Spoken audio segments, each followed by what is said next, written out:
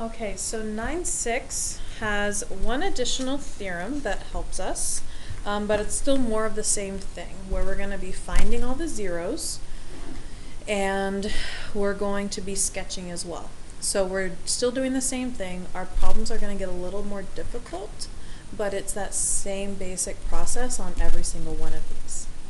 So let's start with our new theorem. Our new theorem is called the conjugate root theorem.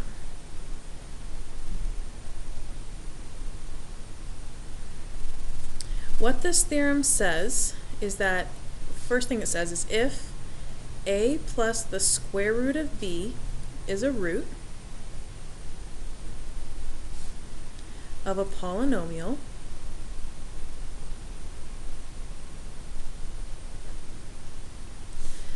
then a minus root b, its conjugate, is also a root. Because one of the things about conjugates is they have to come in pairs. So if we have the plus, we have to have the minus. If we have the minus, we have to have a plus. So where that'll come in handy is sometimes when we're given a root, if we're given a root that looks like this, we actually know two roots, because we also know that its conjugate will be there as well. The second part of this is dealing with imaginary roots. So if a plus b times I, the imaginary number, is a root of a polynomial,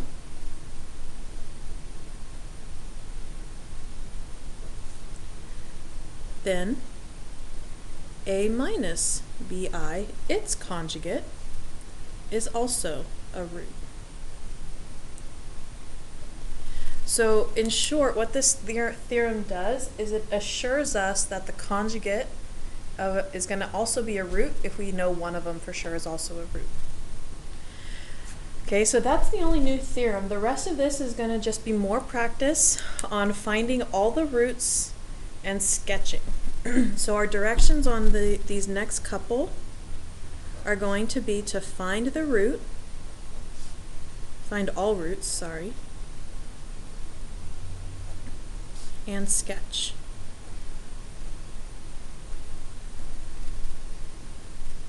So number 1, p of x equals x to the third minus 2x squared plus 5x plus 26. So first thing I'm actually going to look at is the rational root theorem. See which rational numbers I could possibly have as a root. So I have my p over q's, my plus minus p over q's. So 26 has factors of 1, 2, I think that's it. So then it would be 13 and 26. And then 1 just has 1. So our p over q's are all going to be over 1. So plus or minus 1, plus or minus 2, plus or minus 13, and plus or minus 26. So these are the possible rational numbers that we could have as solutions. So next I'm going to look at, use Descartes to see if I can figure out the number of positive, negative, and imaginary solutions I could also possibly have. So I'm going to count the number of times my sign changes. So I have positive to negative, that's 1. Negative to positive, that's 2. Positive to positive, there was no sign change. So that means I can have 2 or 0 positive answers, positive rational roots. For negative, I need to plug in negative x, so I'm going to just write that right above here. Let's see, so when I plug in negative and cube it, it's going to stay negative. When I plug in negative and square it, that negative goes away, so this will stay minus 2x squared. When I plug in negative, that'll become negative 5x plus 26. So then when I look at my sign changes, I only have 1, and from the negative 5x to the 26, So that means I'm going to for sure have a negative answer. Now I have to total up to 3 solutions. So 2 plus 1, that would give me no imaginary answers. If I had 0 positive though, and 1 negative, I would have to have 2 imaginary answers. So here's using Descartes, this is helping me kind of narrow down what I might be able to start looking at. So when I go to actually start trying numbers, I'm going to start with negatives because I know one of them has to work. That's what Descartes' rule tells me. So I'm going to list out my coefficients. 1, -2, 5, and 26. And let's see. I'm not going to do 1 just because I see that I have to make a big jump from 5 to 26, and I don't know if 1 will get me any higher numbers. So I'm going to start with 2, see if that works. So bring the 1 down. 1 times -2 is -2. That'll give me -4. -4 times -2 will give me +8. That adds to 13. -2 times 13 will give me -26, remainder 0. So I have now one of my factors. So one of my factors is going to be x plus 2. So now I need to figure out the rest of them. So my remaining is x squared minus 4x plus 13. So now I'm going to think, can I factor that? So when I look at that, I don't see any way to factor it. There's no 2 numbers that multiply to 13 but give me -4. So then I want to think, okay, well, what other methods of solving a quadratic might I use? So this is where I'm actually going to use completing the square to factor or to solve for x here. So I'm going to kind of ignore this at the moment and just look here. So I'm going to start by moving the 13 to the other side. And we add the middle term, so b over 2 squared, that's what we're adding to both sides. So b is my -4, so -4 divided by 2 is -2. -2 squared is 4, so I add 4 to both sides. The left side will now factor into x minus 2 squared equals -9. Square root both sides, and I get plus or minus 3i, because this is imaginary. And then I add 2. So 2 plus or minus 3i. So I have my one negative solution, which is -2, and I have my 2 imaginary. So it's actually the case of 0, 1, 2 that we have for our solutions. So we've gotten all of our roots, so now we can go to our graph. So for our graph, sorry, my pen's starting to die.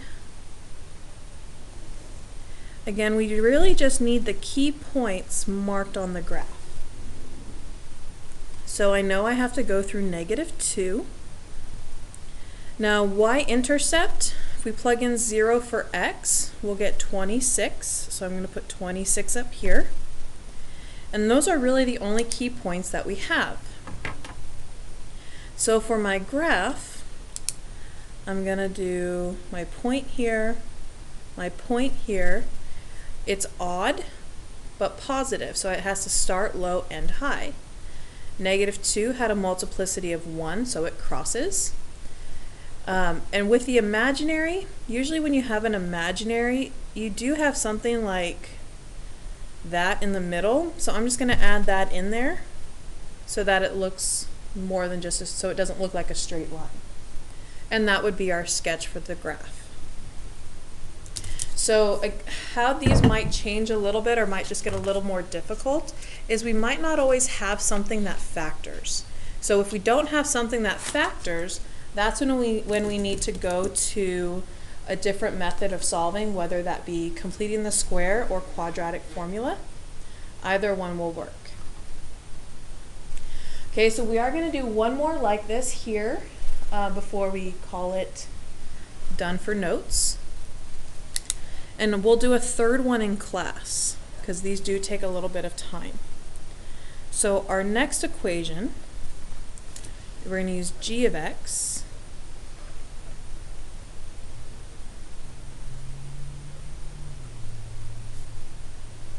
oops, that should be a minus, not a plus.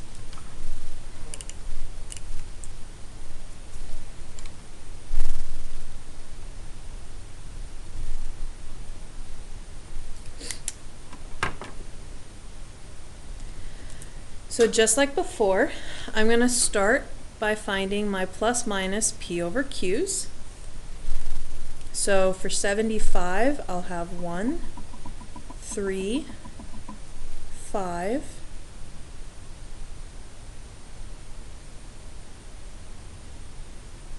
and I think that's it. And I think it jumps to 15. I don't think there's anything in between. I don't think there is. Okay, so then we go 15, 25, and 75. Again, all of these are over 1 because our q is 1. So I'll have plus or minus 1, plus or minus 3, plus or minus 5.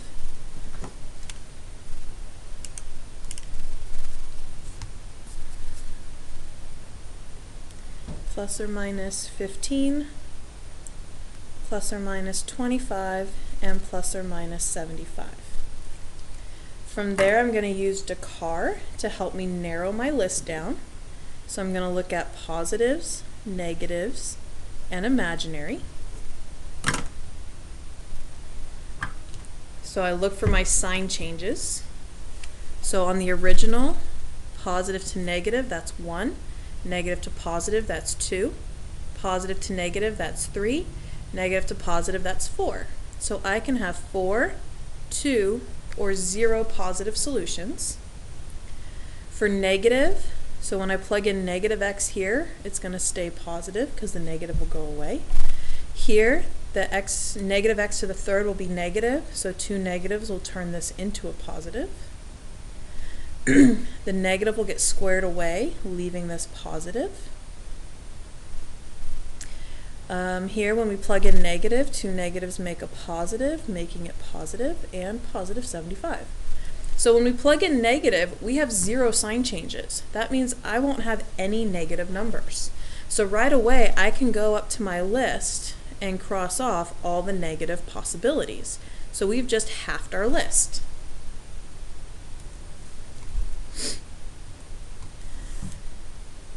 So from here, let's think about imaginary. So we have to have a total of 4 solutions. 4, 0, that means I wouldn't need any imaginary. If I only had 2 positive, I would need 2 imaginary to get my 4. And if I had 0 positive, I would have all 4 imaginary solutions, meaning it never touches the x-axis. So from here, we can start trying some different numbers. So do some synthetic division to try and figure out what our factors are.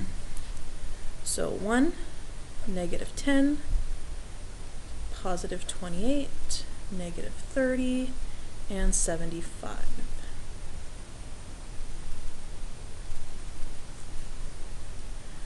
So I know I'm only going to look at the positives, so we can just start at the beginning and go.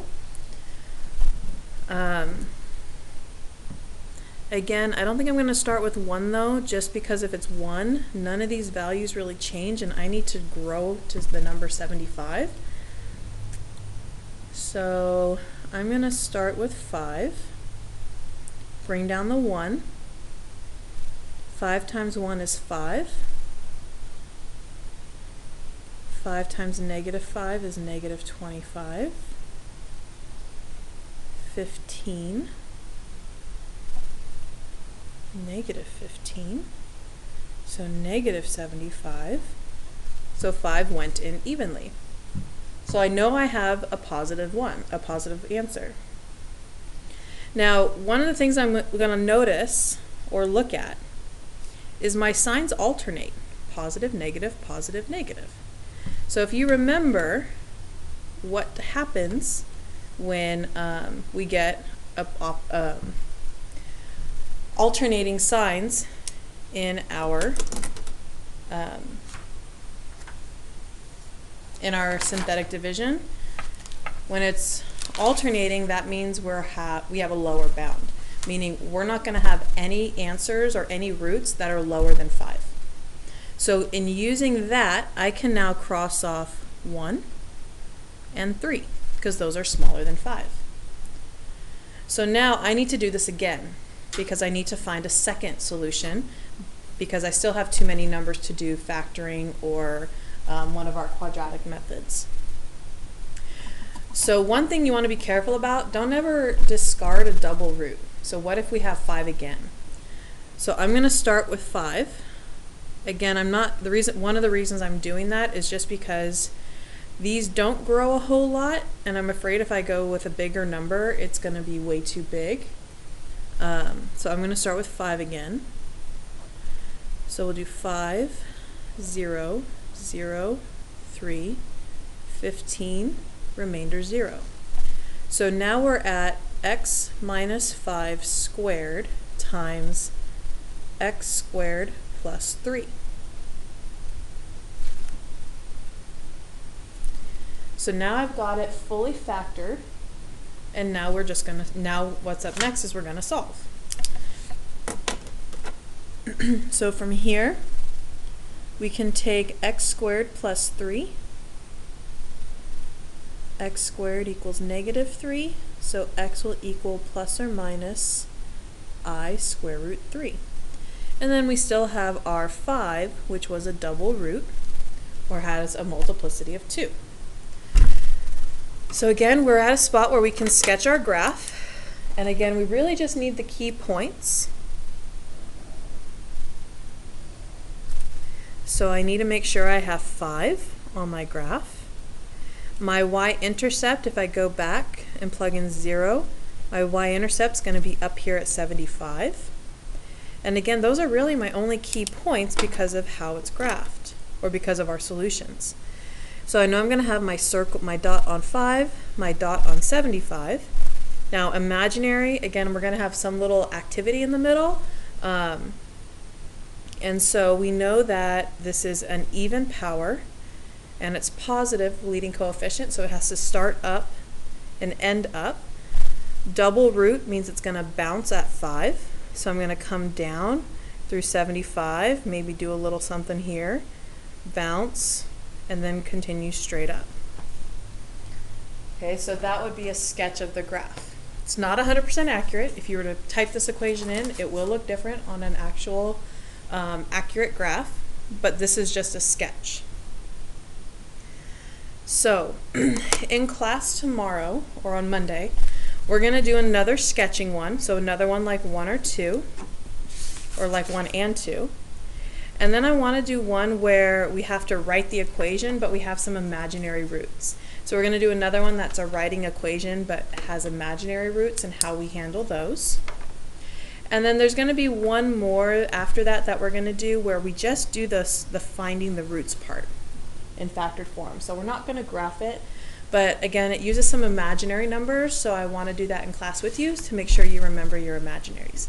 So we're going to do 3 more examples in class. So in terms of putting all the solving, rational root theorem, Dakar, and sketching all together, that's what these 2 were.